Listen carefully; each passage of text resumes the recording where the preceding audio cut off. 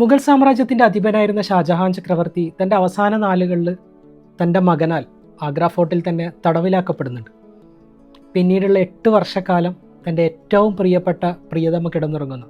താൻ ഏറെ ഇഷ്ടപ്പെട്ട് നിർമ്മിച്ച താജ്മഹൽ എന്ന സൗധം കാണുന്നത് കുറേ കൂടി ദൂരെ നിന്ന് ആഗ്ര ഫോർട്ടിലെ മുസമ്മിൽ ബൂർജ് എന്ന് പറയുന്ന ടവറിൽ വെച്ചുകൊണ്ടാണ്.